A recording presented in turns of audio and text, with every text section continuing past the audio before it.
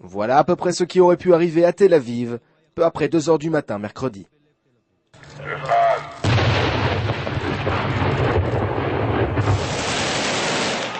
Quelques heures après avoir neutralisé la charge explosive, des soldats en civil règlent un compte dans le camp des réfugiés de Jenin, les forces spéciales abattent Mohamed Abou Gabir.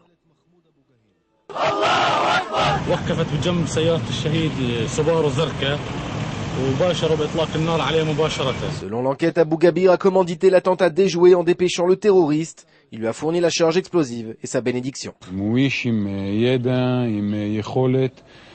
יהיה לו מחליף, המחליף שלו יהיה פחות טוב ממנו, וגם על המחליף הפחות טוב אנחנו נמשיך לעבוד.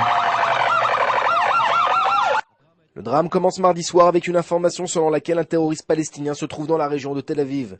À 18h30, on apprend que le terroriste se trouve dans un appartement 11 de la rue Herzl à Bat Yam. Les forces de l'ordre encerclent alors l'immeuble et pénètrent dans l'appartement qui appartient à un autre Palestinien.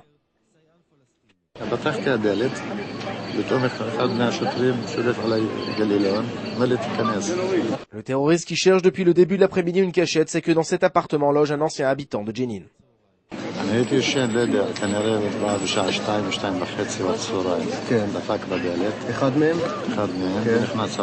L'ancien collaborateur déclare s'être réveillé sans savoir que le Palestinien qui vient de faire son entrée se destine à se faire sauter.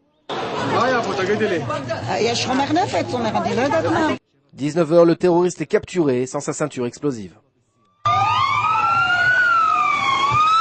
Quelques minutes suffisent aux forces de l'ordre pour comprendre que la ceinture se trouve dans une cachette à Rishon LeZion et le terroriste les amène sur le lieu exact.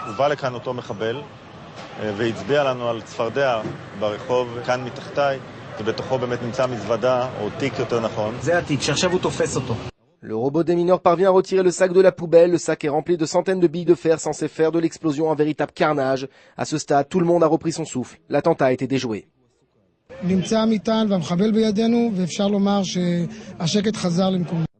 Le terroriste a pénétré le territoire israélien à la hauteur de la barrière de séparation non loin de Jérusalem. Le chemin pour Tel Aviv est alors relativement simple, mais à un certain moment il hésite. Il se rend à Rishon LeZion pour cacher la bombe, puis direction l'appartement de Bat Yam, et la fin nous est connue. L'attentat qui aurait dû se dérouler ici à la station routière de Tel Aviv a été évité au dernier moment grâce au professionnalisme des forces de l'ordre, mais également à la chance.